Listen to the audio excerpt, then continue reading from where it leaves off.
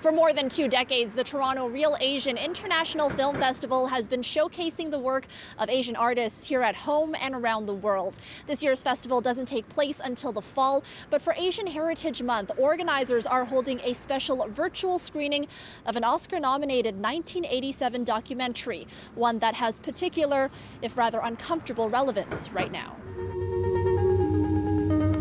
Who Killed Vincent Chin delves into the events surrounding the murder of a 27-year-old Chinese-American automotive engineer. In Detroit in 1982, Chin was brutally beaten by 2 white auto workers and died days later. The crime was considered by many to be a hate crime. At the time, there was tension over Japan's dominance in the auto industry, many feeling Japan was to blame for U.S. auto workers losing their jobs.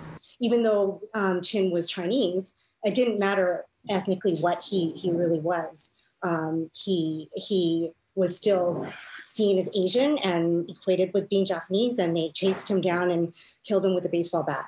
The documentary is really detailed, going into the underlying tensions and the blame of an entire community for something that he as an individual had nothing to do with. And that's sort of what we're dealing with right now. With the rising anti-Asian violence. While acts of anti-Asian racism have skyrocketed over the past year, Wong says the festival has long been fighting to counter the racist representations of Asian people in Hollywood that have contributed to the problem. That is 100% the reason why the festival was started, was stories about Asians that showed them as fully formed characters with lives that didn't revolve around, their identity. They just normalized like Asians on screen. This year's Oscars saw a Chinese director and South Korean actress take home top prizes, a moment Wong says serves as inspiration for a younger generation and gives her optimism that Asian representation in Hollywood could change for the better.